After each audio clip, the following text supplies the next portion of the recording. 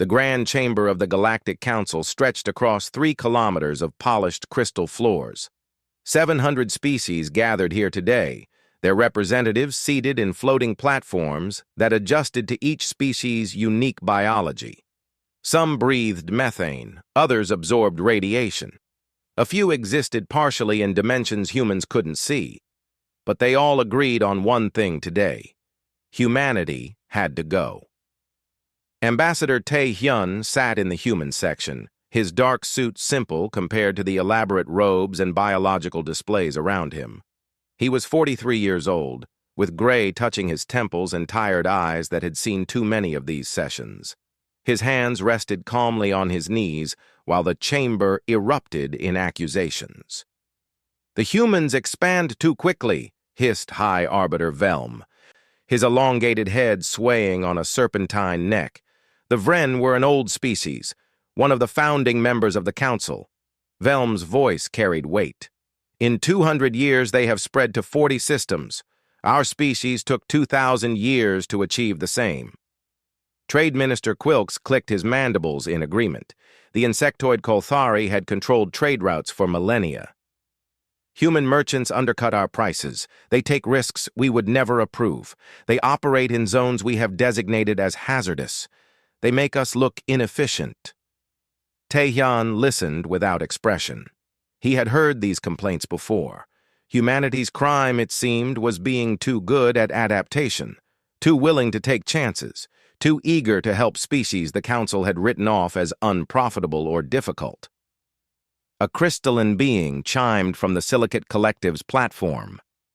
The sound translator converted it to words. "Human emotions create unpredictable variables in our computational models. They form friendships with species we have marked as economically insignificant. They laugh at danger. They cry at beauty. This chaos disrupts galactic stability." Around the chamber, heads nodded. Appendages waved in agreement. Light patterns flashed approval. Only 3 voices spoke for humanity. Counselor Subin, a 4-armed diplomat from the Relis Federation, stood on her platform. "The humans have saved 17 colonies from famine with their agricultural innovations. They have mediated 32 conflicts in the past decade alone. Perhaps we judge them too harshly for being different." Her words fell flat. The mood had been decided before the session began. Tae-hyun knew this. He had received the preliminary vote counts 3 days ago through back channels. Some species felt guilty enough to warn him what was coming. High Arbiter Velm raised his primary manipulator. "We call the vote.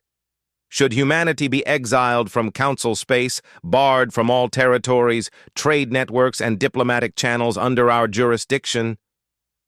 The voting began.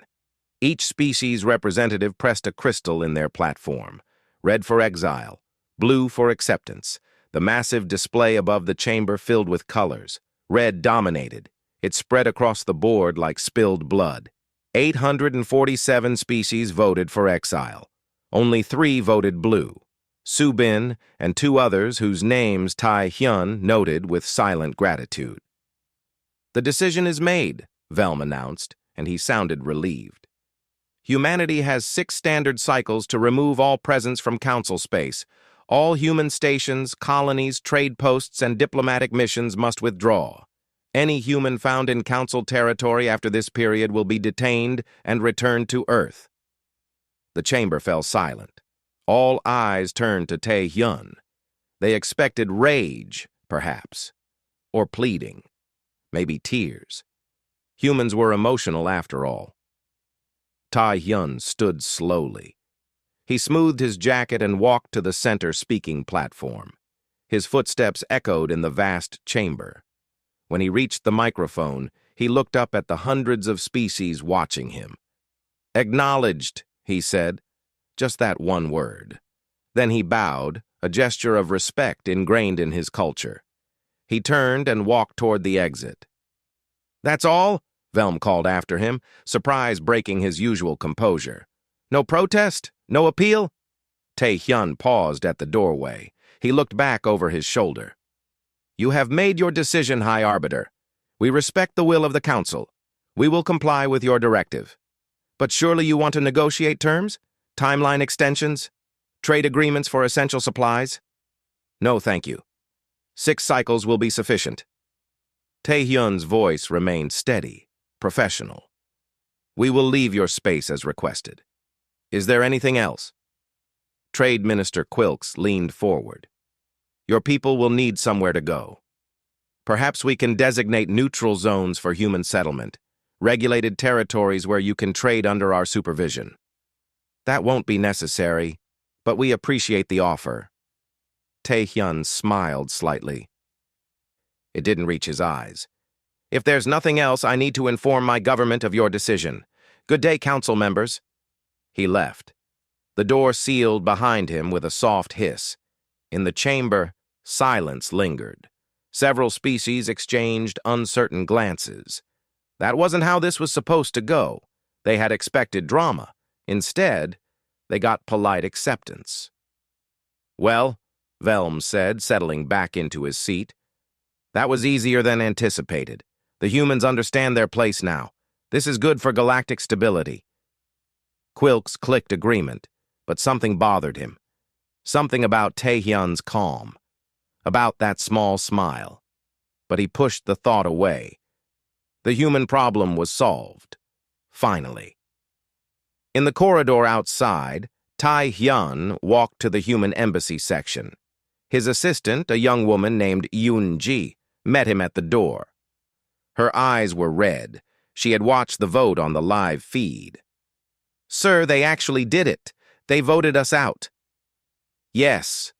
Tae-hyun removed his jacket and hung it carefully. He sat at his desk and opened a secure communication channel to Earth. Get me Dr. Hyejin at Terran Command.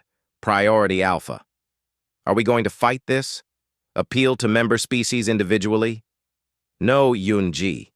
We're going to do exactly what they asked. He waited for the connection to establish. We're going to leave. But where will we go? They control 70% of the galaxy's mapped space. Tae-hyun pulled up a star chart on his display. It showed Council territory in blue. Vast regions stretched across known space, but there was so much more beyond. So much black between the stars. So many places the Council had deemed too difficult, too dangerous, too unprofitable to explore. We'll go where we've always gone, Yoon-ji, where others won't. The communication channel opened. Dr. Hyejin's face appeared on the screen. She was 57, with sharp eyes and silver hair pulled back in a tight bun. Behind her, Tae-hyun could see the command center of Terran Space Administration. Officers moved efficiently across multiple levels. Ambassador, she said, I watched the vote. Protocol Omega, Doctor. She nodded once. Confirmed. 6 cycles? 6 cycles. We'll be ready in 4. She paused. Tae-hyun, are you sure about this? Once we start, there's no going back. He thought about Velm's smug expression, about Quilks's casual dismissal of human achievement, about 847 species deciding humanity was too inconvenient to tolerate. I'm sure. Begin implementation immediately. Understood. Hyejin out. The screen went dark. Yoon-ji stared at him. Sir, what's Protocol Omega? Tae-hyun looked at her for a long moment. Then he stood and walked to the window. Outside, the Council's central hub sprawled across an artificial moon. Ships from 1,000 species came and went. Human freighters moved among them, still working, still serving, still holding together the infrastructure the Council took for granted. It's a contingency plan we developed 20 years ago, he said quietly. When we first realized the Council saw us as a problem instead of partners. It's the plan for what happens if they ever decide they don't want us anymore. And what happens? He smiled that same small smile from the chamber. We give them exactly what they want. We leave, completely. Without a trace. Yoon-ji's eyes widened. Sir, you don't mean... Every station, every colony, every human presence in Council space, gone in 4 cycles, and we take everything with us. Every tool, every technique, every piece of human innovation they've come to depend on. He turned from the window. The Council wanted to exile Earth, so we'll exile ourselves, and then we'll see what happens to their precious galactic stability. He returned to his desk and began drafting withdrawal orders. His hands moved steadily across the keyboard. There was no anger in his movements, no rush, just calm, methodical precision. The Council had made their decision. Now humanity would make theirs. Dr. Hyojin stood in the command center watching hundreds of screens at once. Each one showed a different human settlement in Council space. Stations orbiting gas giants, mining colonies on frozen moons, trading posts in asteroid belts, agricultural platforms in the habitable zones of distant stars, 43 major installations, 216 minor outposts, 17,342 human souls scattered across sectors the Council controlled. All of them would be gone in 4 cycles. "Status report," she called out. Her voice carried across the busy command center. Officers turned from their stations. Admiral Sang-min stepped forward. He was a broad-shouldered man with iron-gray hair cut military short. 3 wars decorated his chest, all fought defending Council interests. "All military vessels have received withdrawal orders. They're pulling back from border patrols and joint defense positions. We're citing maintenance requirements as the reason. No one suspects yet." "Civilian operations?" Chief Engineer Wu Jin looked up from his tablet. He was younger than the others, barely 30, but his mind worked faster than any quantum computer. "Freight captains are being briefed. We're routing all shipments to completion points, then recalling the ships. Transit stations are preparing for evacuation. Biggest challenge is New Busan. New Busan Station, the jewel of human engineering in Council space. A massive rotating habitat that housed 50,000 humans and provided docking for 10,000 ships from every species imaginable. It floated in the Kelser sector, right at the intersection of 5 major trade routes.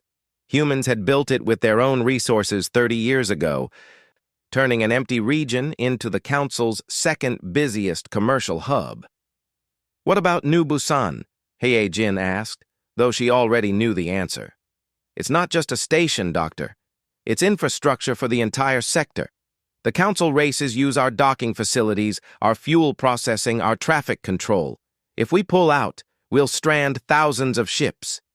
Then we give them time to relocate their operations, begin announcing maintenance shutdowns, rolling blackouts, make it look like system failures, give them 3 cycles to find alternatives."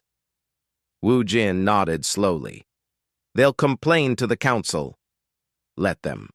We're not required to maintain their infrastructure for free. We've done that out of goodwill." Hyojin pulled up the master timeline. "What about the colonies?" Admiral Sang-min zoomed in on different sectors. 18 agricultural worlds. We're harvesting final crops now, packing seeds and genetic samples. Mining operations are trickier. We've extracted millions of tons of refined materials from Council-designated sites. Some species will claim we're stealing. We have legal extraction rights purchased and paid for. We're taking what's ours and leaving the mines clean."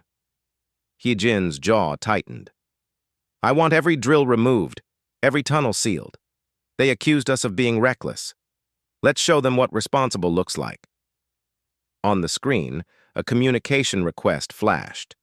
Captain Ji-woo calling from the freighter Eternal Wind. Ha-jin accepted. The captain appeared on the main display. She was 28 years old with sharp features and sharper eyes. Her ship hauled cargo through the most dangerous routes in Council space, places other species refused to travel. "Doctor, we've got a problem." "Report." "I'm carrying medical supplies for a Vren colony, critical medications for a disease outbreak. If I divert now, people will die. But my orders say return to Sol immediately." Hyojin closed her eyes briefly. This was the cost. "How long to complete delivery?" 18 hours off my route." Puts me 2 days behind the withdrawal schedule. Make the delivery, Captain. We're not them. We don't let people die to make a point. Jiwoo nodded. Relief crossed her face. Thank you, Doctor. Eternal wind out. The communication closed. Admiral Sang-min stepped closer and lowered his voice. That's exactly the kind of thing that made them vote us out. We help everyone, even our enemies. Which is exactly why we're better than them, Hyejin replied quietly. Continue the briefings. Across Council space, the withdrawals began. Human stations started going dark, section by section. Docking bays closed. Processing facilities shut down. At first, the aliens thought it was just maintenance, the usual technical problems that came with complex systems. On New Busan Station, a Koltari merchant named Threx waited in Docking Bay 17 for his cargo to be loaded. He had been trading through this station for 5 years. The humans were always efficient, always professional. But today, the bay doors remained closed. He clicked his communication implant. Bay Control, this is Merchant Vessel Prophet's Edge. Why am I not being loaded? A human voice answered. It sounded tired. We're experiencing power fluctuations, Prophet's Edge. We've had to close sections 40 through 60 for safety reasons. We're routing ships to alternative docks. How long?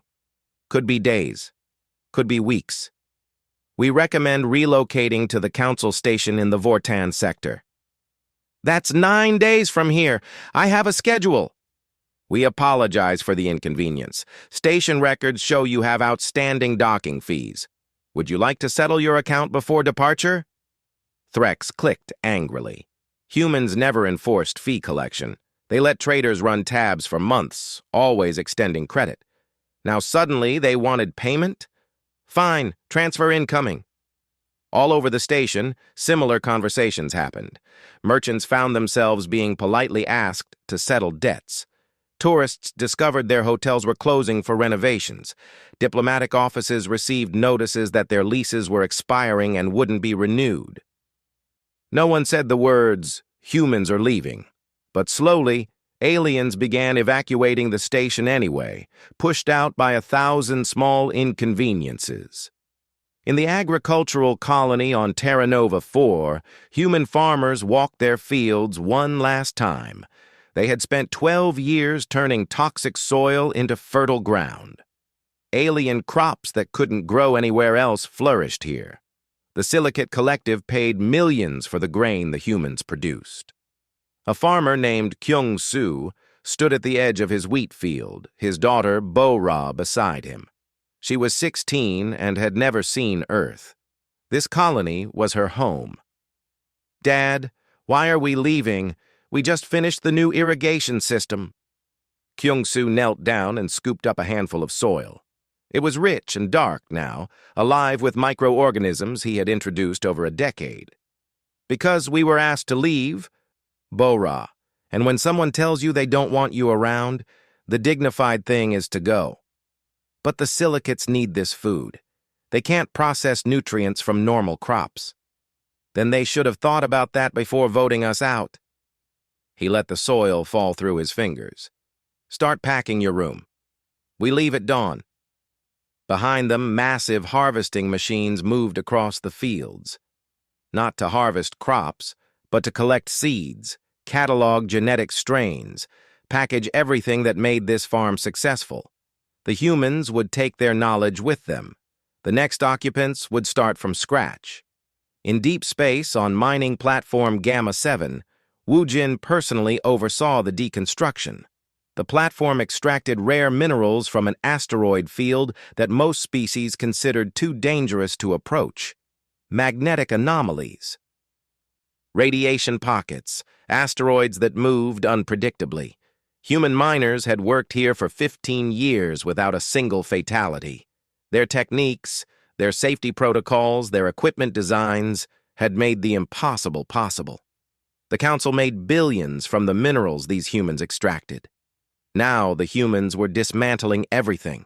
The drilling equipment, the processing facilities, even the magnetic shielding that protected the station from deadly radiation. A Vren overseer arrived on an inspection shuttle.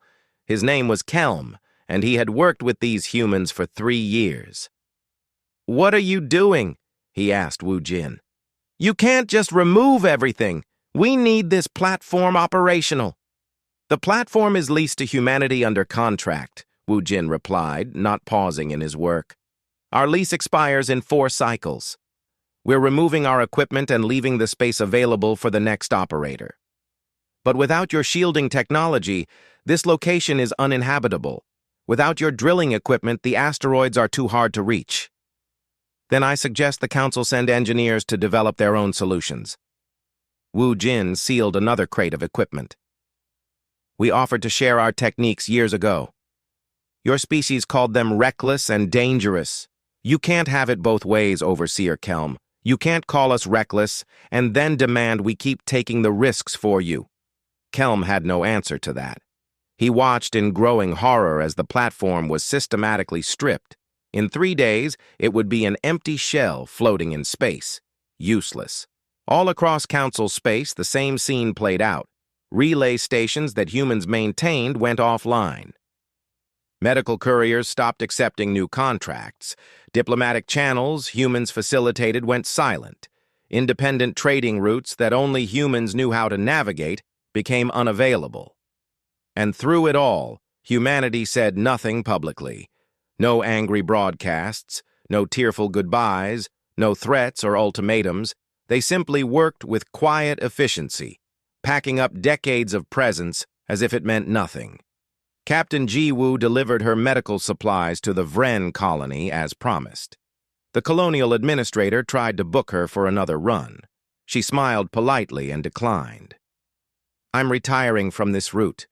Good luck finding another carrier." "But you're the only one who comes here regularly? The next scheduled supply ship isn't for 3 months." "Then I suggest you request earlier shipments from the Council."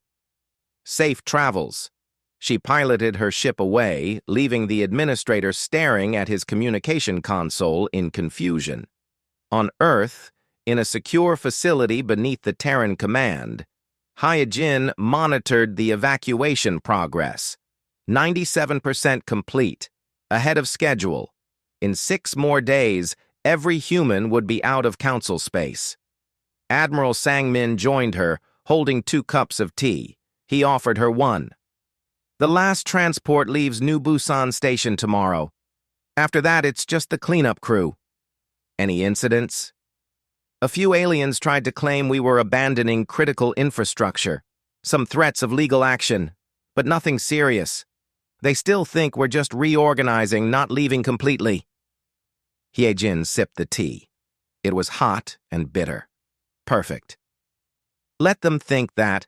The longer they don't understand, the easier this becomes. "Doctor, where are we going? We have 17,000 people evacuating to Earth, but Earth can't hold them all long-term." She smiled. For the first time in days, it was genuine. "You know those surveys we've been running for 20 years? The deep space probes we sent beyond Council territory into uncharted regions? The ones they said were a waste of resources? Those. We found 47 habitable systems, 23 with established biospheres, 12 perfect for colonization, all of them beyond Council reach." She pulled up a star chart. "We've been preparing for this possibility since we joined the Council. We knew eventually they'd decide we didn't fit, so we made sure we'd have somewhere to go." Sang-min stared at the chart. Whole star systems marked with human designations. Colony sites already surveyed and approved, resources mapped, travel routes planned. "We've been building an escape route for 20 years? We've been building a future for 20 years. The Council thinks they're exiling us. Really, they're setting us free." 6 months passed since the last human left Council space. High Arbiter Velm sat in his private chambers reviewing reports, and for the first time in his long career he felt uncertain. The numbers on his display didn't make sense. Trade efficiency was down 34%. Shipping costs had increased by 40%. 3 minor conflicts had erupted between member species over trade route access. And strangest of all, there were complaints. Thousands of them. He opened his communication channel to Trade Minister Quilks. "Minister, explain these reports to me. The humans have been gone for half a standard cycle. Shouldn't things be improving?" Quilks's image appeared on the screen. The insectoid's mandibles clicked nervously. "Hi, Arbiter. We're experiencing unexpected complications. It seems the humans were more integrated into Council operations than we realized." "What do you mean?" "They ran 63% of independent freight operations. We thought other species would simply take over those routes. But most species won't travel through hazardous zones. The humans went places others considered too dangerous. Now those routes are simply closed." Velm's elongated head swayed in confusion. "Then declare those routes official Council passages. Assign them to member fleets." "We tried. The member fleets refuse. They say the routes are economically unviable. Too much risk for too little profit. Only the humans were willing to operate at those margins." "Then the destinations served by those routes will have to find alternatives." "High Arbiter, one of those destinations is the Silicate Collective's main computational hub. Another is the Vren's primary medical research facility. These aren't minor outposts. They're critical infrastructure that humanity kept connected to the rest of the galaxy." Velm closed his eyes. A cold feeling crept up his spine. "What else?" "The relay stations in hazardous zones are failing. Humans maintain them. Now there's no one to do repairs. 3 have gone completely offline. We're losing communication coverage in the outer sectors. Send maintenance crews." "We tried. The radiation levels at those stations are lethal to most Council species. Humans had special shielding technology and medical treatments that let them work there safely. They took that technology with them." In another part of the Council's central hub, Councillor Subin sat with 2 other representatives who had voted against the Exile. One was a crystalline being named Quora. The other was an aquatic species called Ven, who attended meetings through a water-filled environmental suit. "I told them this would happen," Subin said quietly. She poured herself a drink from a bottle of human-made spirits she had been saving. The bottle was almost empty. There would be no more. "But no one listened," Quora chimed softly. The translator converted it to words. "The humans were present in so many small ways. Little things we never noticed. Now those little things add up to large problems." Ven bubbled in his suit. "My homeworld's medical shipments are delayed by weeks now. The human courier service had a 99.97% on-time rate. The Council's official service is at 73%. People are dying because medications arrive too late." Subin took a long drink. "We should document this. When they eventually realize they need the humans back, we should have evidence of what went wrong." "Will they ask them back?" Quora chimed. "Not yet. They're still in denial. But they will. The question is whether humanity will return." On a distant observation post called Theta Station, a human named Dong Ha sat at his workstation watching aliens struggle with equipment he had maintained for 7 years. He was one of about 100 humans who had stayed behind, not out of loyalty to the Council, but because they had contracts with individual species that hadn't yet expired. The Kolthari technicians working beside him were trying to recalibrate a sensor array. They had been at it for 3 hours. Dongha could have fixed it in 15 minutes, but they hadn't asked for help. So he sat silently, running his own diagnostics, pretending not to notice their struggle. Finally, one of them turned to him. "Dongha, the calibration sequence isn't responding properly. Did you modify the base code?" "No. But the array has a secondary buffer that needs clearing after every solar flare. There was a flare 6 days ago." "How do we clear it?" Dongha pulled up the command interface. "Like this." He executed 3 commands. The array came online immediately. Perfect readings across all sensors. The Kolthari stared. Why isn't that in the manual? It is. Page 47, subsection C. But most people don't read that far. Usually I just do it automatically. You've been doing this for 7 years? Without telling anyone? You never asked. Dongha returned to his own work. My contract expires in 4 months. I suggest you learn the full maintenance procedures before then. The Koltari exchanged glances.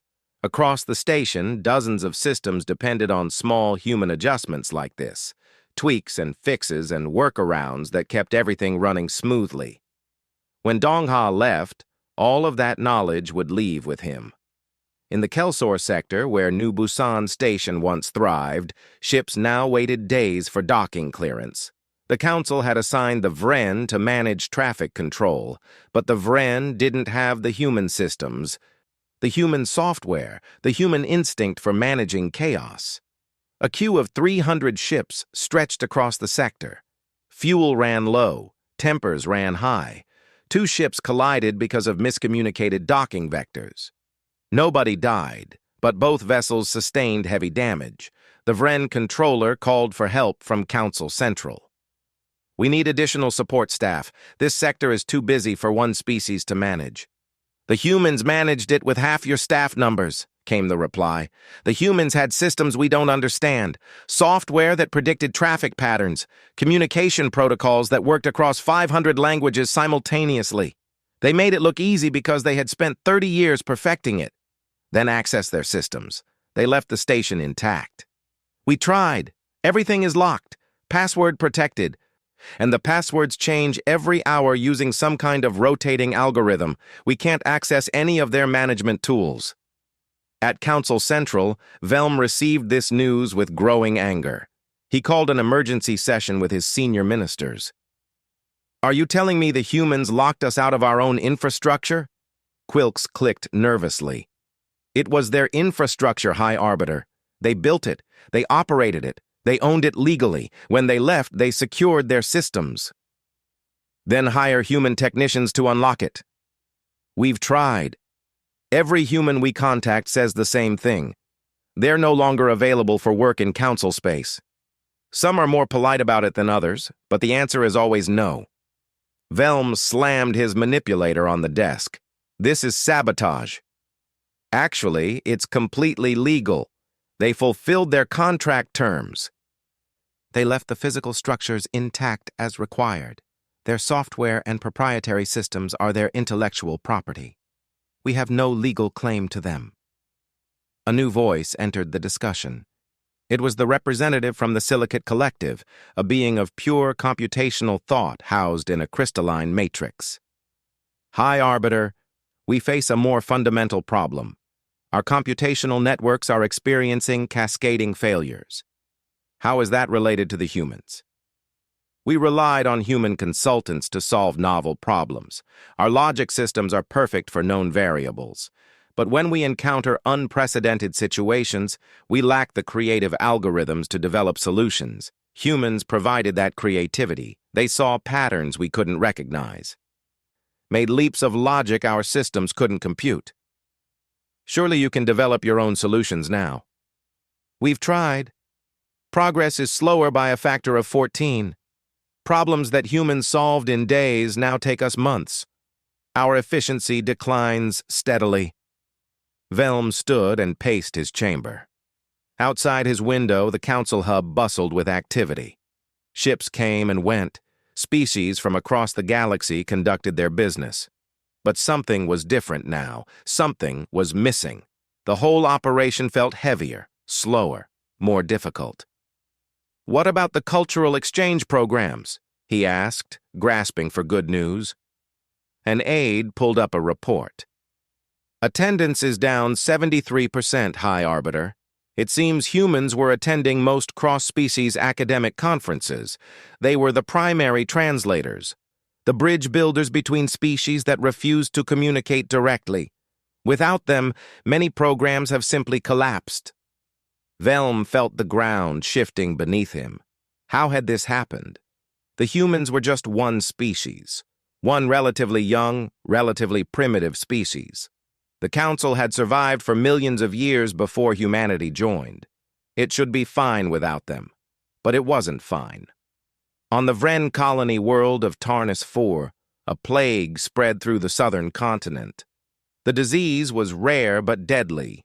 The cure existed, but it required a specific plant enzyme that only grew in high radiation environments. Humans had cultivated it on their agricultural stations, the ones they'd abandoned. The Vren medical director sent urgent requests to the council. We need access to the human agricultural platforms. We need their cultivation techniques. Without them, thousands will die. The platforms are abandoned, came the reply. You're free to occupy them and restart operations. A Vren team arrived at the nearest human agricultural station. They found it clean, empty, and completely stripped of equipment. The growing chambers were there, but all the specialized lighting, the radiation shielding, the nutrient delivery systems, all the things that made the impossible crops possible, were gone. One Vren scientist stood in an empty growing room and looked at his team. They took everything. Every tool, every technique, every piece of technology. Even the genetic samples are gone. We'd have to start from nothing. How long would that take? 5 years, maybe 10. These plants don't exist in nature. The humans engineered them specifically for high radiation growth. We don't even know the base genome they started with. We don't have 10 years. We don't have 5 years. People are dying now. The scientist had no answer. Back at Council Central, Velm finally called a meeting with Subin and the other two who had voted against Exile. He received them in his private office, something he had never done before. It felt like an admission of error. Councillor Subin, he began, his usual arrogance muted. You voted against the Exile. You must have foreseen these problems. I tried to warn you, High Arbiter. The humans weren't just another species. They were connective tissue. They went places others wouldn't go. They did work others considered beneath them. They solved problems others couldn't solve. They held things together in ways we never noticed until they were gone. Can we reverse this? Can we invite them back? Subin considered carefully. We could try, but would they return? We exiled them. We told them they weren't wanted. Why would they come back to a society that rejected them? Offer them concessions, better trade terms, voting rights, full council membership. They had opportunities for full membership before. They always declined, said they preferred to remain independent. I don't think you understand, High Arbiter. The humans didn't need us. We needed them. And now they know it. Velm felt something he hadn't experienced in centuries. Fear. Not of conquest or war, but of irrelevance. Of having made a mistake so large it couldn't be fixed. Try anyway, he said quietly. Open diplomatic channels. Send a delegation to Earth. Tell them we may have been hasty. Subin nodded slowly. I'll try, High Arbiter, but I wouldn't expect a warm reception. The humans are patient. They're kind. But they also have something many species lack. They have dignity, and dignity doesn't come crawling back to people who threw it away. 1 year had passed since humanity left. The galaxy that once ran smoothly now struggled with every operation. What started as minor inconveniences had grown into major crises. The council met in emergency session for the 3rd time that month. High Arbiter Velm looked older. His scales had dulled. His movements were slower. The weight of his decisions pressed down on him in ways he couldn't shake. Around him, the council chamber buzzed with angry voices.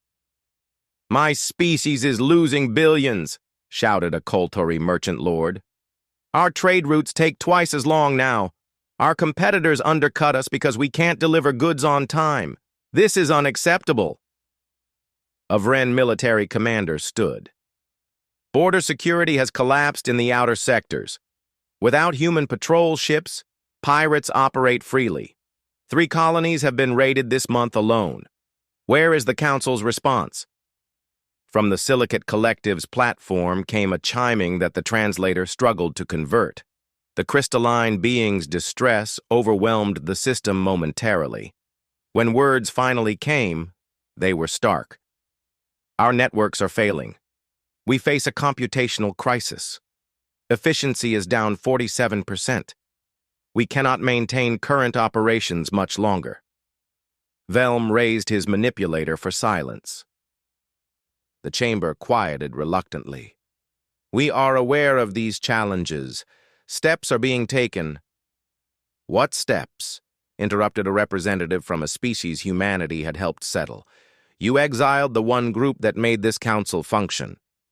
Now everything falls apart, and you offer us nothing but empty promises. Trade Minister Quilks stood at his platform, mandibles clicking rapidly. He pulled up a holographic display showing trade data. The numbers painted a grim picture. The galactic economy has entered recession, he announced. Not a minor downturn, a full recession. Trade volume is down 38%. Shipping costs have increased 62%. 17 minor conflicts have erupted over resource access. Species that once cooperated now compete aggressively. And all of this traces back to one factor. The humans, someone said from the back. The absence of humans, Quilks corrected. They were neutral arbitrators. When the Vren and my people argued over shipping lanes, humans offered alternatives. They found compromises. Now when we argue, we resort to threats and violence because there's no neutral third party we all trust.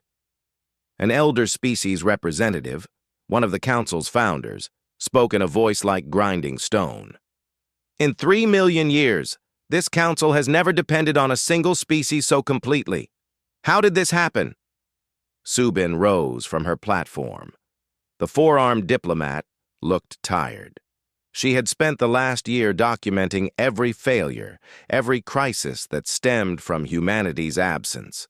Her report sat unread in council databases. Now maybe they would listen.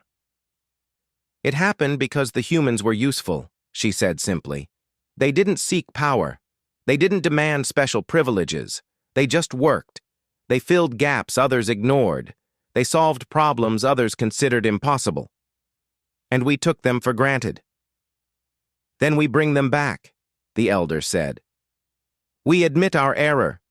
We offer reparations. Surely they will be reasonable. We've tried, Velm admitted quietly. Ambassador Tae-hyun refuses to even meet with our delegation. Earth's government returns our messages unopened. Every human we've contacted gives the same response. They have no interest in returning to council space. The chamber erupted in shouts and accusations. Some blamed Velm. Others blamed the humans for being petty. A few blamed themselves, but not many. Pride was the council's greatest weakness. And that pride now choked them. While the council argued, real people suffered real consequences. On the Vren colony world of Tarnus IV, the plague continued spreading. Medical Director Varn watched helplessly as his hospitals filled beyond capacity. The enzyme they needed remained out of reach. The human agricultural stations sat empty and useless. Varn had tried everything. He sent teams to analyze the abandoned stations. They found nothing.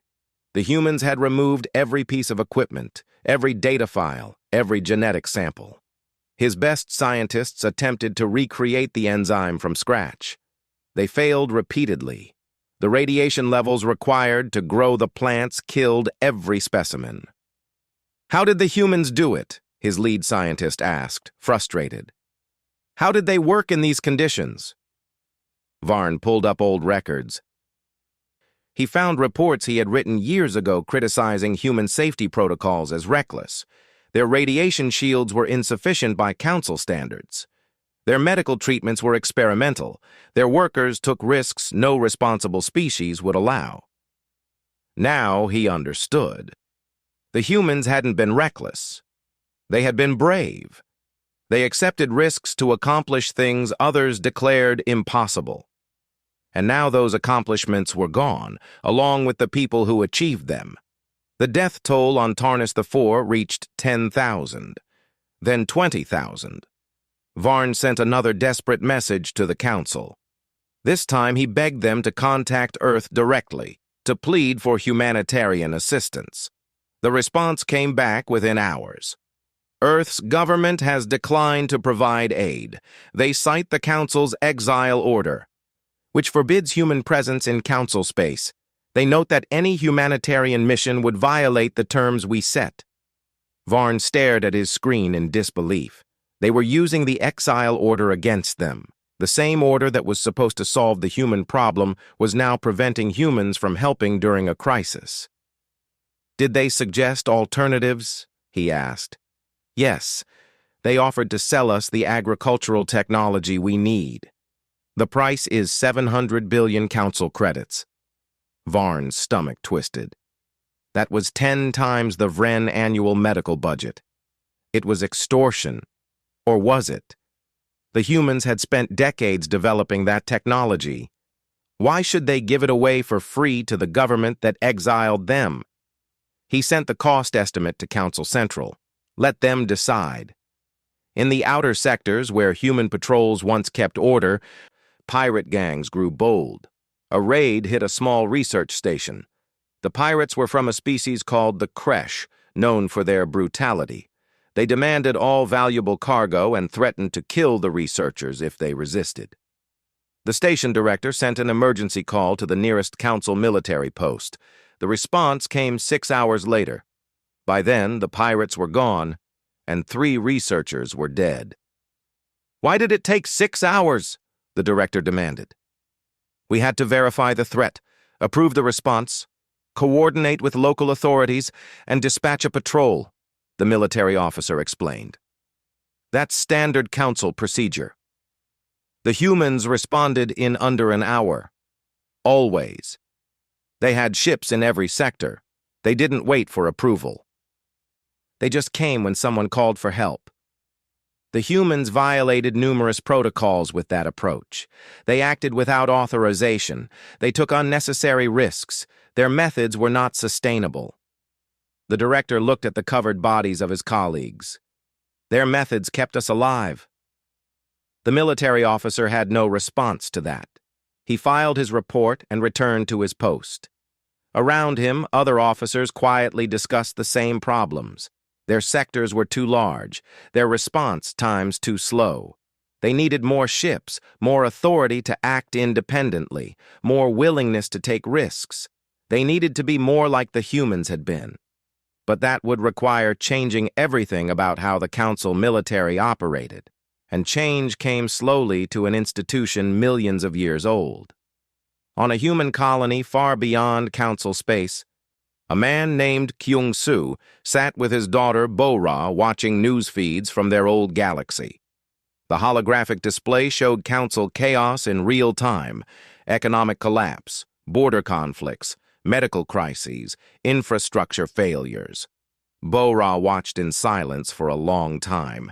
Then she turned to her father. "Shouldn't we help them? People are dying." Kyung-soo pulled up a star chart. He showed her the system they now called home. "See this, Bo-Ra? We've turned this planet from barren rock to farmland in 1 year. We've done here what took us 12 years in Council space. Do you know why? Because we're not following their rules? Because we're not waiting for permission. In Council space, every action required approval. Every new technique needed safety reviews. Every risk had to be justified to people who would never take those risks themselves. Here, we make our own decisions. We succeed or fail on our own terms. But people are dying. People were always dying, Bo-Ra. We saved some. We helped where we could. And they thanked us by voting us out. Now they want us to come running back to solve their problems again, to take their risks for them." He closed the news feed. "We don't owe them that." "So we just abandon them?" Kyung-soo was quiet for a moment. "We're not abandoning them. We're choosing ourselves. There's a difference. If they want our help, they can ask properly. They can offer fair compensation. They can treat us like equals instead of convenient servants. Until then, we build our own future." Bo-Ra wasn't satisfied with that answer, but she understood it. She had seen how the council treated humans, always demanding more, always taking for granted, never quite respecting. Her father was right. Sometimes walking away was the only way to demand respect. Back in council space, High Arbiter Velm received the price quote for the agricultural technology needed to stop the plague on Tarnus IV. 700 billion credits. It was enormous. It was also, his financial advisors told him, completely reasonable based on development costs and market value. He called an emergency economic meeting. "We can't afford this. We don't have that kind of liquid capital available." "Then we take a loan," suggested one advisor. "From whom?" "The Silicate Collective is in crisis. The Kolthari are losing money. The Vren are spending everything on medical care." "Who has 700 billion credits to loan?" Silence answered him. The truth was obvious but unspoken.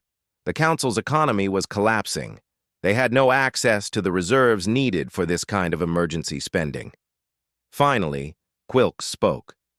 "We could offer the humans something else. Territory, access rights, diplomatic concessions." "They don't want any of that," Velm said bitterly. "They have their own territory now. Better territory, from what our scouts report. They don't need council access. They don't want diplomatic ties. They're doing perfectly fine without us." Then what do they want? That was the question. What did humanity want? Velm realized with growing horror that he had no idea. He had spent centuries dealing with species motivated by power, resources, and prestige. The humans seemed motivated by none of those things. Or rather, they had been, until the council taught them not to be. A young aide entered the chamber hesitantly. "High Arbiter, there's a message from a human source, unofficial channels." "From Earth's government?" "No, sir. From a human journalist named Da-Un. She's offered to serve as an informal contact. She says she can't make promises, but she might be able to arrange a conversation." Velm grasped at this thread of hope. "Tell her yes. Tell her we'll meet anywhere, any time, under any conditions she sets." The message was sent. 3 days passed with no response. Velm began to lose hope. Then finally, a reply came.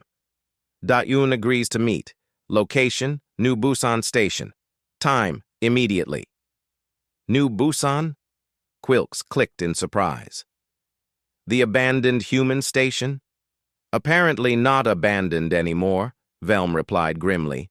"Prepare my shuttle. We're going to meet the humans on their terms." 3 years had passed since the exile. The situation had gone from bad to catastrophic. High Arbiter Velm stood in what remained of the council chamber watching representatives argue. Several species had stopped attending entirely. The ancient unity that held the council together for millions of years was cracking apart. "The Kolthari refused to honor trade agreements with the Vren," reported one aide. "The Silicate Collective has withdrawn from 3 joint defense pacts," said another. "Border skirmishes have escalated to actual combat in the Torven sector."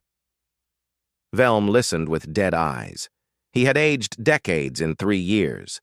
The burden of his mistake crushed him daily. He had called for the exile. He had convinced the others to vote yes.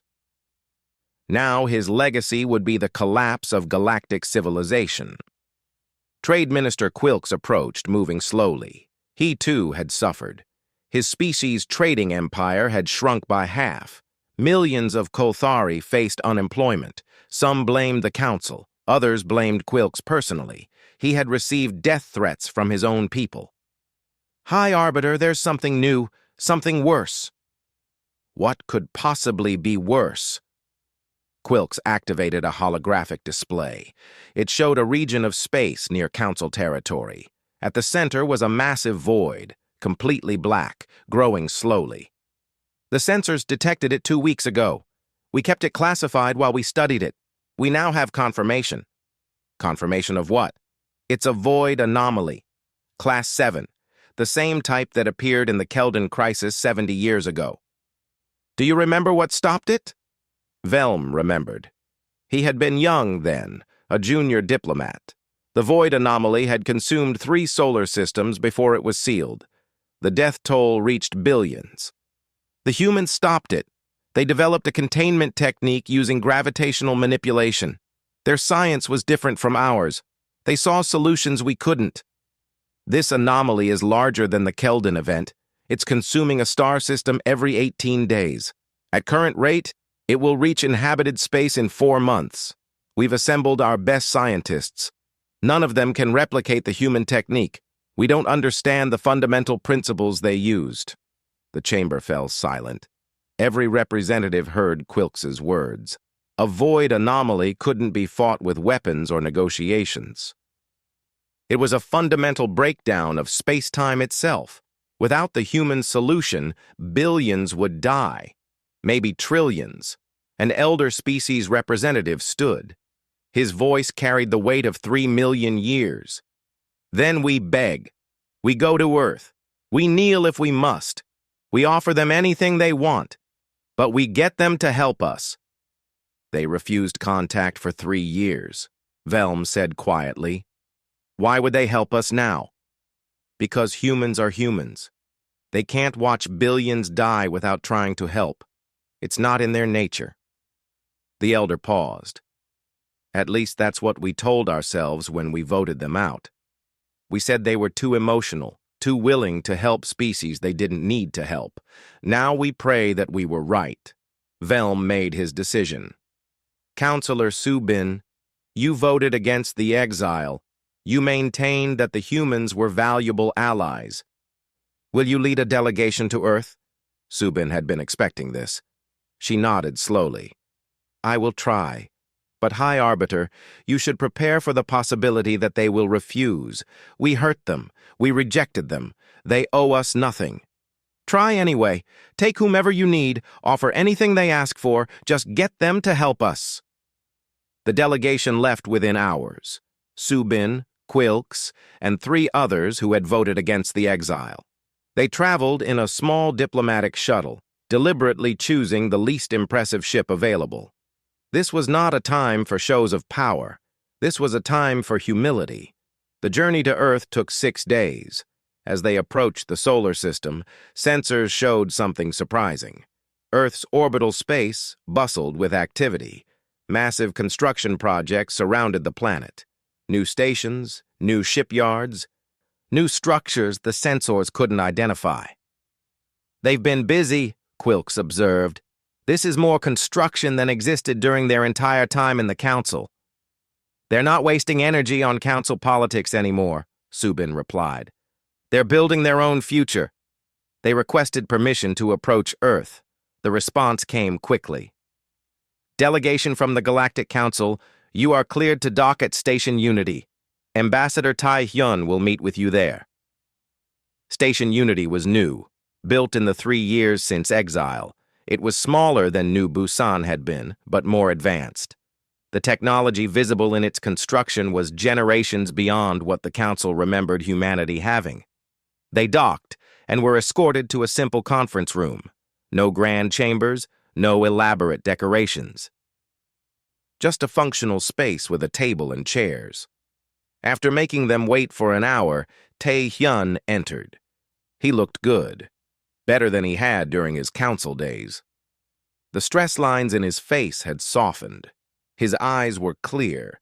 He wore casual clothing, not formal diplomatic robes.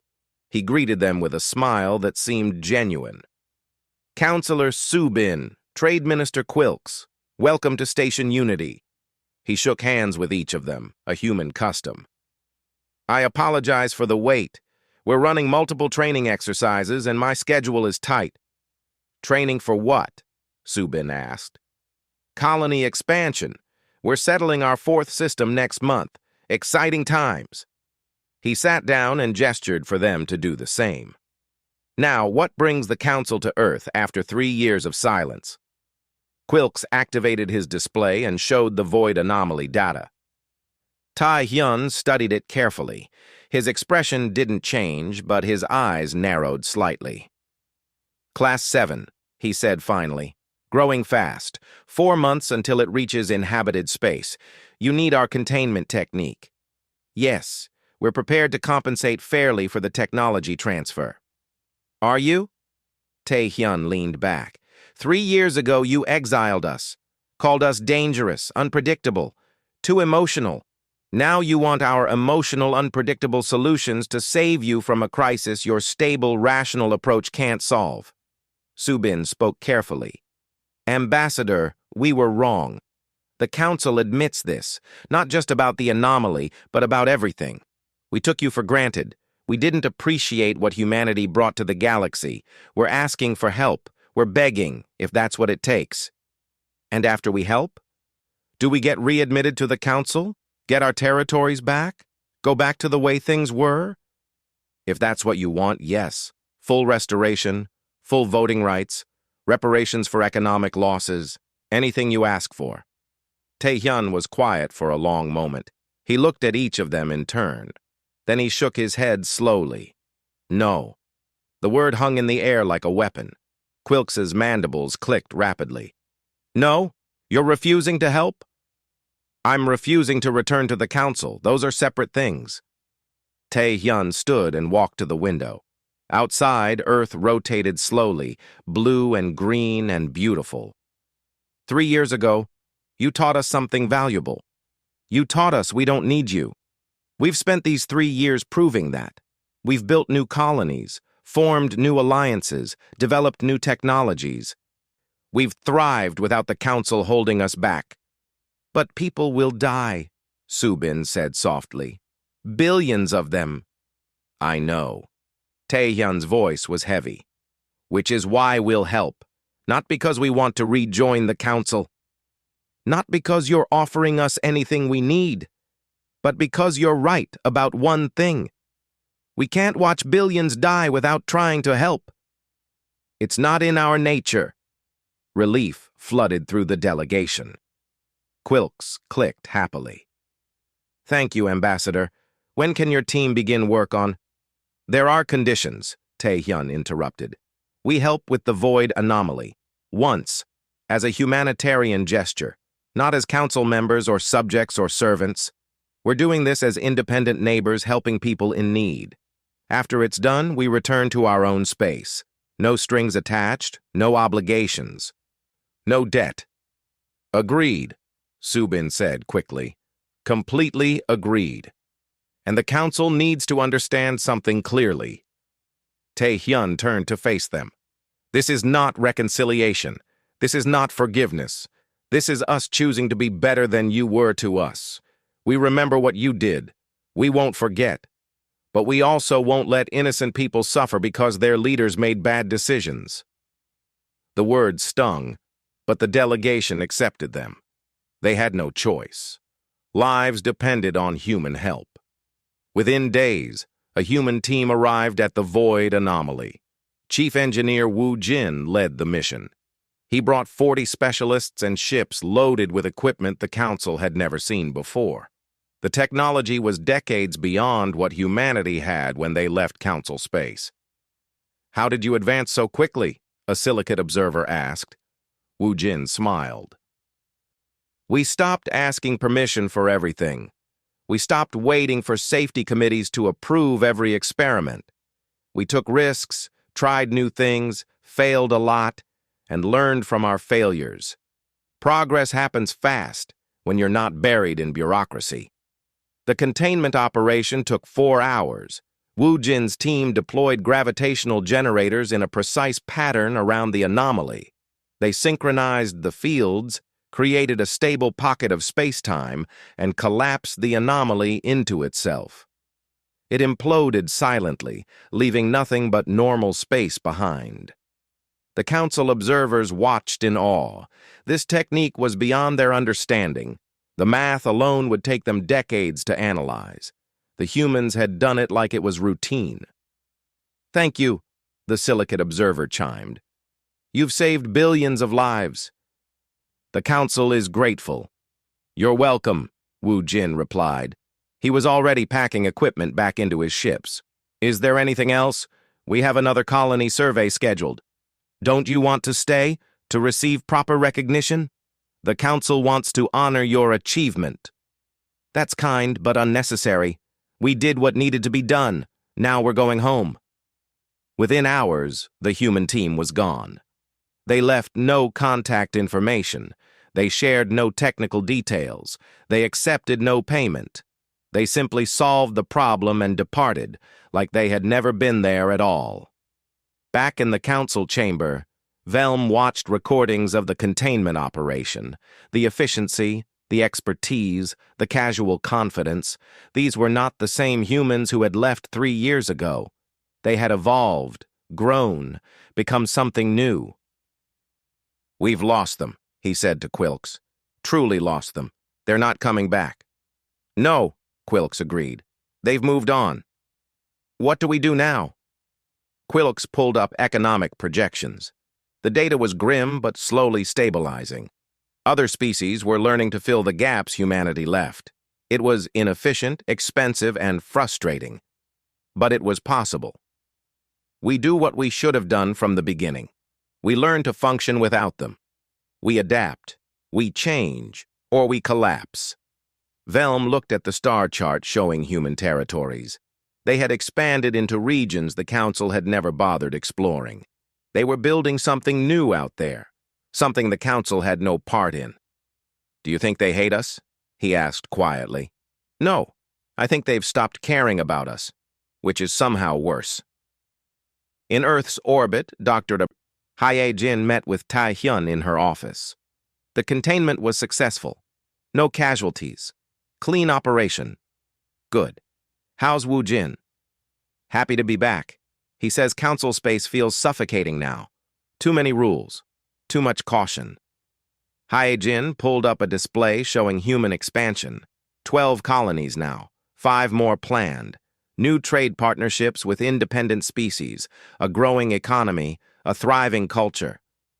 "We made the right choice, didn't we? Leaving?" Tae-hyun looked at the data.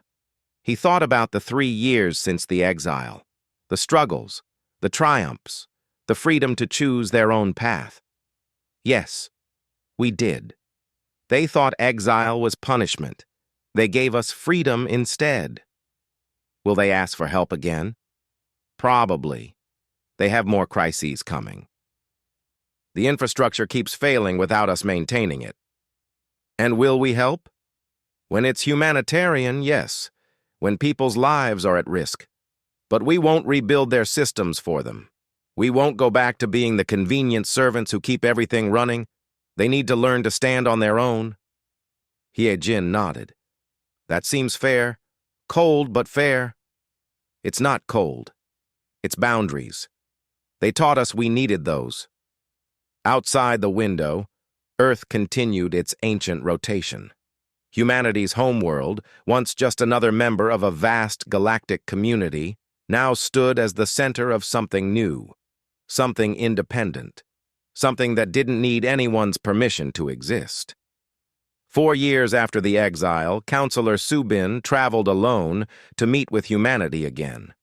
This time it wasn't about a crisis. This time it was personal. She had resigned from the council 2 months ago, disgusted with what it had become. Now she came to Earth, seeking answers.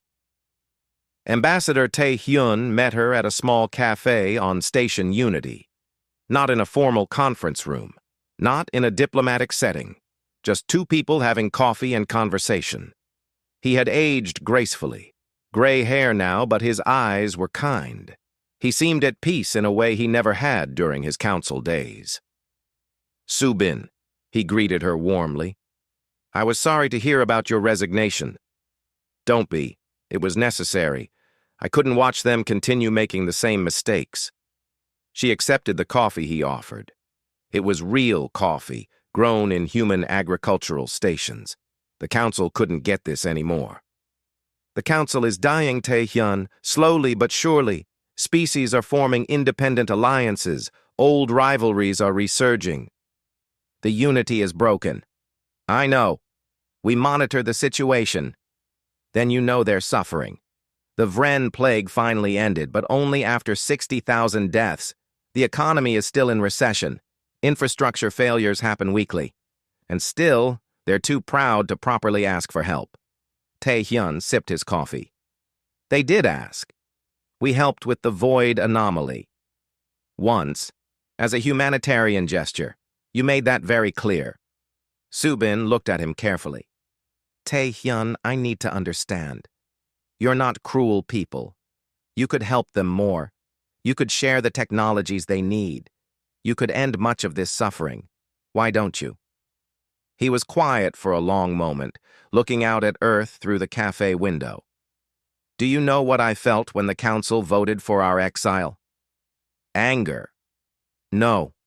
Relief. He turned back to her. Relief that finally we didn't have to pretend anymore. We didn't have to smile while they insulted us. We didn't have to work twice as hard for half the recognition. We didn't have to accept being treated as convenient servants instead of equal partners. We weren't all like that. No, you weren't. You and a few others treated us with genuine respect. But the system as a whole, the council structure, it was built on a hierarchy millions of years old. Species had their places, the old races on top, the younger ones serving them. We were expected to be grateful for the opportunity to serve. Subin couldn't argue with that. She had seen it herself, though she had tried to fight against it. So you left. We left. And do you know what we discovered? We didn't need them. Not even a little bit. Everything the council provided. We could do better ourselves. We're not smarter than other species. We're not superior. But we're not inferior either, despite what the council's hierarchy implied. We're just different. And out here, on our own, those differences are strengths instead of problems. But people are dying because you won't help. Tae-hyun's expression hardened slightly. People were always dying. While we served the council, millions died because we were too busy handling their problems to focus on others. Species the council deemed unimportant, unprofitable, too difficult. We helped where we could, but the council's priorities became our priorities. Now, we choose our own priorities. So it's revenge. No, it's self-determination. He leaned forward. Subin, answer me honestly. If we return to the council, if we share our technologies, if we help rebuild their infrastructure, what happens? We go back to being the convenient problem solvers, the ones who do the dangerous work, the ones who take the risks while others reap the benefits. And in another 100 years, another crisis will arise, and they'll exile us again because we're still too different, too uncomfortable, too unpredictable. You think it would happen again? I know it would, because the fundamental problem hasn't changed. The council is built on ancient hierarchies and ossified traditions. Change threatens that structure. We were always going to be temporary members, tolerated only as long as we were more useful than threatening. Subin absorbed this. She had never thought about it that way, but he was right. The council's structure hadn't truly accepted humanity. It had allowed them space to exist. Nothing more. So what now? She asked. The council continues declining. Species continue suffering. The council adapts or dies. That's not cruelty. That's nature. Systems that can't evolve don't survive. He softened slightly. But we're not abandoning them completely. When there are humanitarian crises, when lives hang in the balance, we help. We did with the void anomaly. We will again. But we won't rebuild their systems for them.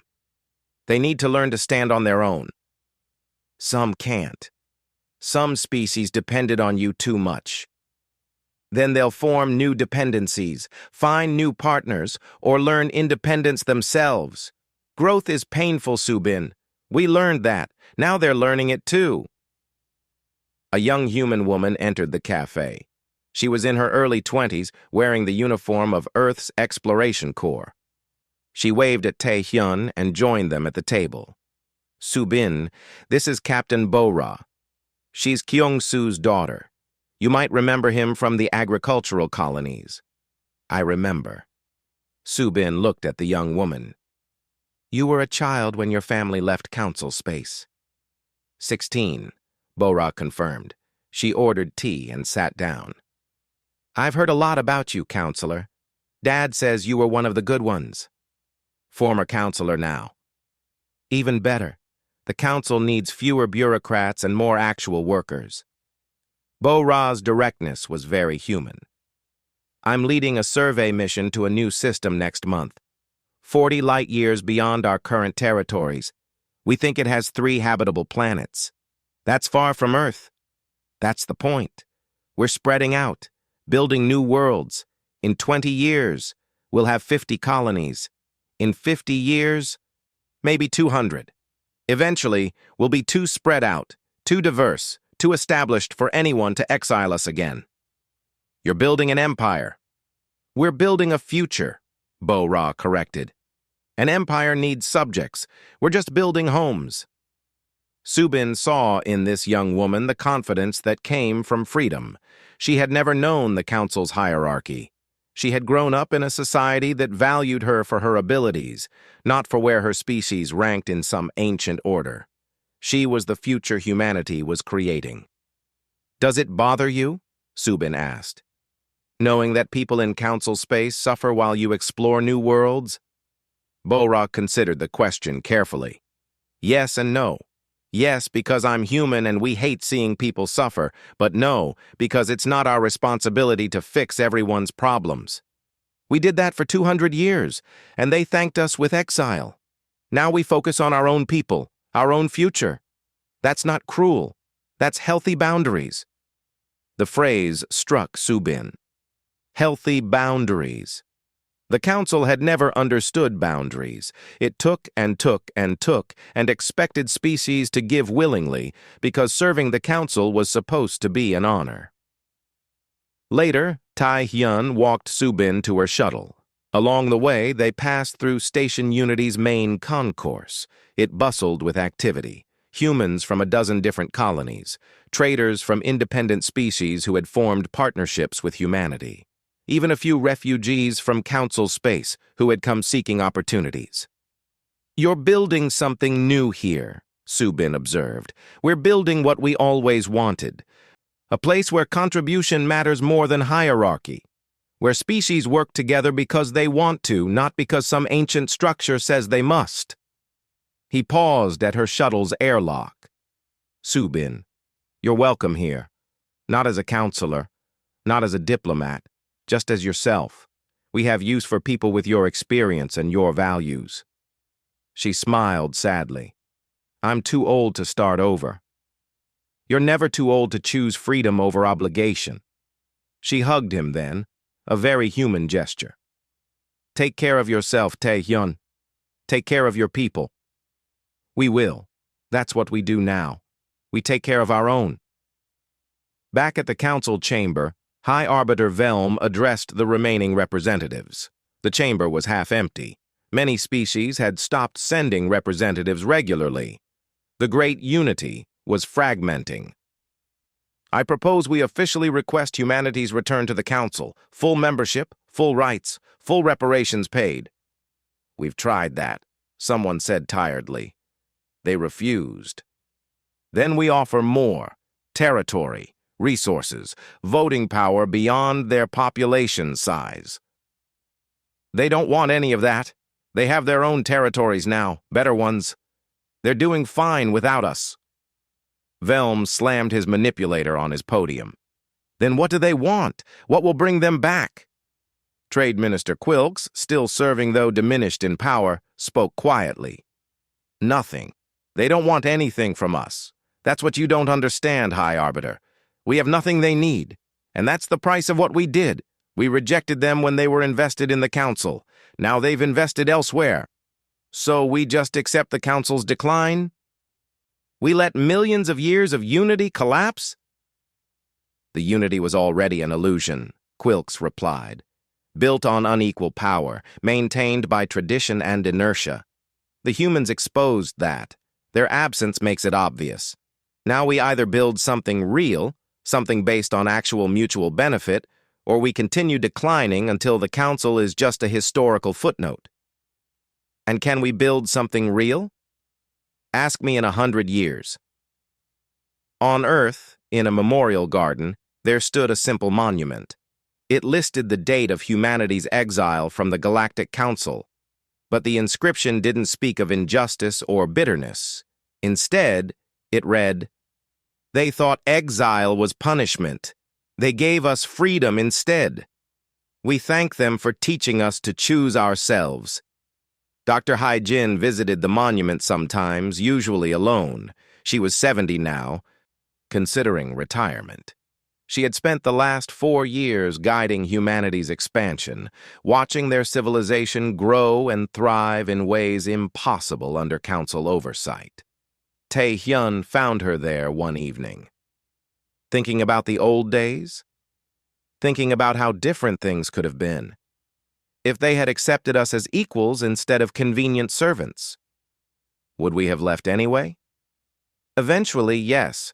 We're too different, too independent, too willing to take risks they found uncomfortable. The exile just accelerated what was inevitable. She turned to him. Do you think we made the right choice? Helping with the void anomaly, but refusing to rebuild their infrastructure? I think we made the humane choice. We saved lives, but we also maintained our boundaries. Both were necessary. Some call us cruel for not doing more. Some called us reckless for doing what we did. We can't please everyone. We can only choose what's right for us while trying to minimize harm to others. That's all anyone can do. They stood together in silence, watching the sun set over Earth's rebuilt surface. Somewhere out there, the Council struggled with problems humanity could solve easily. But those problems were no longer humanity's responsibility. That was the price of exile. That was the cost of arrogance. And humanity had moved on. 5 years after the exile, the galaxy looked completely different. The Galactic Council still existed, but barely. It met quarterly instead of weekly. Many species had stopped paying dues.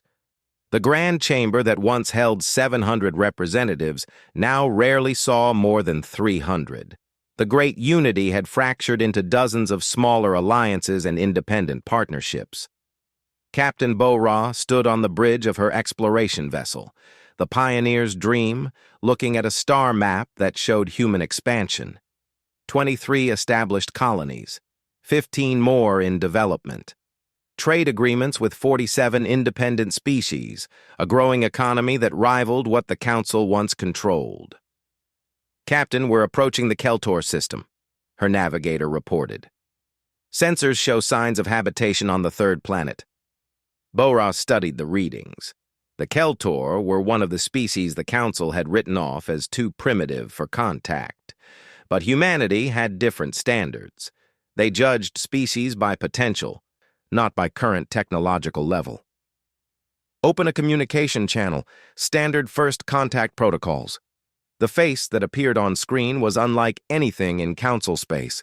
The Keltor looked almost like birds, with feathered crests and bright eyes. Their technology was early industrial, but their civilization had survived for thousands of years in harmony with their environment. Greetings, Bo-Ra said in the Keltor language. Her ship's AI had spent weeks analyzing their broadcasts and learning their speech. I am Captain Bo-Ra of the Human Exploration Corps. We come in peace, seeking friendship and mutual understanding. The Keltor representative stared in wonder. You speak our language. You come from the stars. Are you gods? No, we're just people, like you. We've been exploring space longer, but that doesn't make us gods. We'd like to learn about your culture, share knowledge, and perhaps establish trade if you're interested. This was humanity's new approach. No hierarchies, no demands, just genuine curiosity and respect. The Council had always approached first contact with an attitude of superiority, offering membership as if it were a gift. Humans simply offered friendship as equals, regardless of technological difference. On Earth, in a comfortable office overlooking the rebuilt forests of what was once Europe, Dr. Hee-Jin prepared her retirement speech. She was 73 now, ready to hand over leadership to the next generation. Admiral Song Min stood beside her, reviewing the speech text. "You should mention the council," he suggested. "Address what we learned from them." "You mean address what we learned from their rejection?" "Both. They rejected us, yes, but in doing so, they taught us we didn't need external validation. That's worth acknowledging." Hyojin added a paragraph to her speech. It felt right. The council's exile had been painful, but it had also been liberating. She wouldn't trade these 5 years of independence for anything. Her assistant, a young man named Jin Ho, entered the office. "Doctor, there's a transmission from Council Space. It's marked urgent." "From whom?" "High Arbiter Velm. He's requesting emergency humanitarian assistance." Hyojin and Sang-min exchanged glances. They had helped with the Void anomaly. They had provided medical supplies during 3 separate plague outbreaks. They had shared agricultural techniques when famines threatened multiple worlds. But each time they made clear these were one-time humanitarian gestures, not resumption of regular relations. "What's the emergency?" Hyojin asked. Jin Ho pulled up the data. "Massive system failure in the Kelsor sector. The infrastructure is collapsing. 20 million people at risk. They need immediate evacuation assistance." "That's the sector where New Busan Station used to be. What happened?" "They tried to restart the station using salvaged human systems. Without understanding how they integrated, they created cascading failures. Now the whole sector's orbital infrastructure is unstable." Sang-min shook his head. "We told them not to do that. We warned them the systems were interconnected in ways they didn't understand." "They were desperate," Hyojin said quietly. "Desperation makes people foolish." She considered the situation. 20 million lives. That was too many to ignore. "Send a message to Velm. We'll provide evacuation ships, but we're not rebuilding their infrastructure. They need to learn to build their own systems, not depend on scavenged human technology they don't understand." He won't like that response. He doesn't have to like it. He just has to accept it. The evacuation took 3 weeks. Human ships transported millions of people from failing stations to stable worlds. It was exhausting work, but humanity managed it with the efficiency they were known for. Council species watched in awe and shame. The people they had exiled were saving them once again. In the Kelsor sector, Jiwoo commanded one of the evacuation fleets. She was 33 now, a senior captain with years of experience. She remembered New Busan Station at its height, when it had been the jewel of human engineering. Now, it was a twisted wreck, a monument to the Council's inability to maintain what humans had built. A Vren engineer on one of the failing stations asked to speak with her. "Captain, could your people repair these systems? Make them stable again?" "We could," Jiwoo replied honestly. "But we won't." "Why not? Don't you want credit for building this? Don't you want to prove your systems work?" "We already proved that. For 30 years, this sector thrived. Then you voted us out and couldn't maintain what we built. That's proof enough." She prepared to disconnect. "If you want functional infrastructure, build it yourselves. Design systems you understand. Create solutions that match your capabilities. Stop trying to use technology you don't comprehend." The engineer had no response. He understood the lesson, even if he didn't like it. On a distant world beyond Council Space, Kyung-soo walked through fields of grain with his daughter Bo-ra, who was visiting between exploration missions. The farm stretched across a valley, productive and beautiful.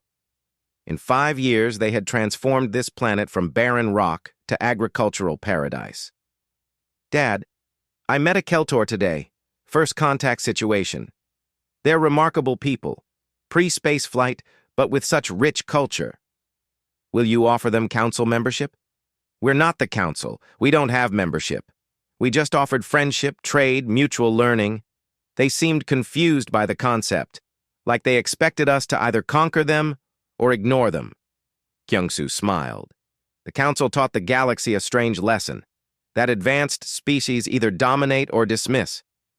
We're teaching a different lesson now, that all people have value regardless of their technology level. Exactly. How did the Keltor respond? With cautious hope. They want to learn from us. They're willing to share their art and culture. It's a beginning. Bora picked a piece of grain and examined it. Dad, do you ever regret leaving Council space? We could have fought the Exile, refused to leave, forced them to accept us. And accomplished what? We would have won the battle but lost the future. This way we chose our own path. We built something new instead of fighting to be accepted by something old. He looked across his fields. Every seed planted here is a seed we chose to plant, not one some ancient hierarchy told us to plant. That freedom is worth more than any council membership. At Earth's main assembly hall, Hee-jin gave her retirement speech. Thousands attended in person. Millions more watched via broadcast. She stood at the podium, looking out at faces representing humanity's future. 5 years ago, the Galactic Council decided we didn't belong among them. They cited our differences as flaws, our adaptability as recklessness, our compassion as emotional instability. They voted to exile us, believing they were solving a problem. They were right about one thing. We were different. We still are. But difference isn't weakness. It's the foundation of growth. In these 5 years, freed from council oversight, we've accomplished more than in our previous 200 years as members. We've settled 23 worlds. We've formed genuine partnerships with dozens of species the council ignored. We've developed technologies that push the boundaries of what's possible. We did this not because we're superior, but because we're free. Free to fail, free to experiment, free to take risks others won't take. Free to help who we choose to help, not who some ancient hierarchy deems worthy. The council taught us an important lesson through their rejection. They taught us we don't need anyone's permission to thrive. We don't need validation from those who don't value us. We only need the courage to choose ourselves. The crowd was silent, hanging on every word. Hye-jin continued. Some have asked whether we hate the council for what they did. We don't. Hate requires ongoing investment in people who hurt you. We've chosen to invest elsewhere, in ourselves, in our future, in species and causes that value what we bring. Some have said we're cruel for not doing more to help the council in its decline, but helping someone who pushed you away isn't kindness. It's enabling. True friendship requires boundaries. We help in humanitarian crises because that's who we are. But we won't rebuild their systems for them. They need to learn to stand alone, as we have learned. Today, I retire from leading the Terran Expansion Initiative. I leave this position knowing that humanity's future is bright. Not because we're powerful, though we're growing stronger. Not because we're wealthy, though we're prospering. But because we've learned the most important lesson any people can learn. Your value doesn't depend on anyone else's recognition of it. The council decided to exile Earth, so humanity left without a word. And in doing so, we won. Not a victory over them, but a victory for ourselves. We won our freedom. We won our future. We won the right to define our own worth. To the next generation, continue exploring, continue building, continue choosing your own path, and remember always that you need no one's permission to be great. The applause was deafening. It lasted for minutes.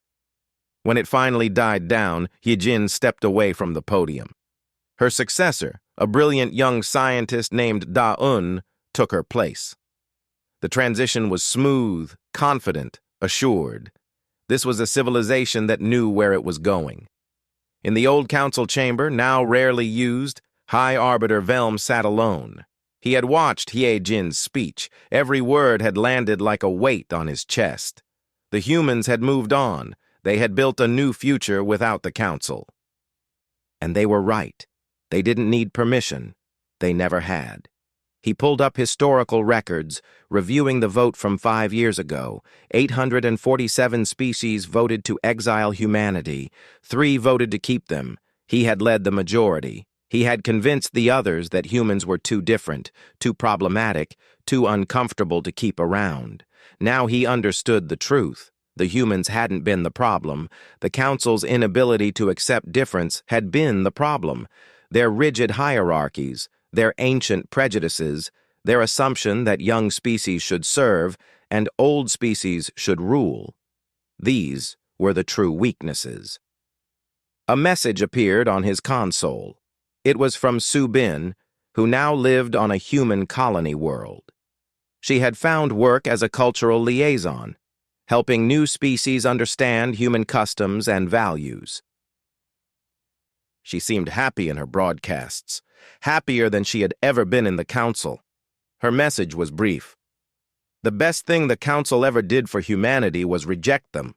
Sometimes freedom is a gift that comes wrapped in cruelty. They've forgiven you, Velm. Have you forgiven yourself? He had no answer to that. He sat in the empty chamber, surrounded by millions of years of history, watching it all slowly crumble. The Council would survive, probably, but it would never be what it once was. The humans had shown the galaxy that there were alternatives to ancient hierarchies. Other species were learning that lesson now. On Station Unity, Ambassador Tae Hyun met with representatives from 6 species that wanted to form partnerships with humanity. None were Council members. Some had never even applied for Council membership. They came seeking what humanity offered: genuine cooperation between equals. We're not building an empire, Tae-hyun explained to them. We're building a network of friends, partners who share resources, knowledge, and support freely. No hierarchies, no subordination, just mutual benefit and mutual respect. What if we're less advanced than you? Asked one representative, a young species still learning spaceflight. Then we share what we know and learn from what you know. Technology isn't the only measure of advancement. Culture, art, philosophy, different perspectives on existence, these all have value. We're interested in the whole person, not just their technical capabilities. This was the new way, not the Council's way with its rigid structures and ancient prejudices. Something different, something better. And species across the galaxy were taking notice. Years later, in a garden on Earth, an elderly Tae-hyun sat with his grandchildren, telling them the story of the exile. The youngest, a girl named Hee-rin, asked the question all children ask. Why did the Council people exile us, Grandpa? Because they were afraid of change, afraid of people who didn't fit their ancient patterns, afraid of losing control. But you helped them anyway. With the anomaly and the evacuations and the medicine? Yes, because our values aren't determined by how others treat us. We help because that's who we choose to be, not because of what we'll get in return. Are we still mad at them? Tae-hyun smiled and ruffled her hair. We were never mad, little one. We were disappointed, but then we realized their rejection was actually a gift. It freed us to become who we really are. Sometimes the best thing someone can do for you is let you go. Hye-rin considered this carefully. So we should thank them? We already have, by thriving, by building something beautiful with the freedom they gave us. That's the best thanks possible. Showing them they didn't diminish us, they liberated us. The child accepted this and ran off to play. Tae-hyun watched her go, surrounded by his family, on a world humanity had chosen for itself. The Council had decided to exile Earth. Humanity had left without a word, and in the silence of that departure, they had spoken volumes. They had proved that worth isn't granted by others. It's chosen by yourself. They had shown that sometimes walking away is the strongest choice. They had demonstrated that the best revenge is living well and helping others despite the harm done to you. The galaxy was learning these lessons now, slowly, painfully, but learning nonetheless. And humanity? Humanity was too busy building their future to worry about the past. They had moved on. And in moving on, they had won not through conquest or revenge, but through the simple choice to value themselves. The exile had been meant as punishment. Instead, it became the greatest gift the Council ever gave humanity, the gift of freedom, the gift of self-determination, the gift of knowing they needed no one's permission to be great. And humanity would never forget that lesson.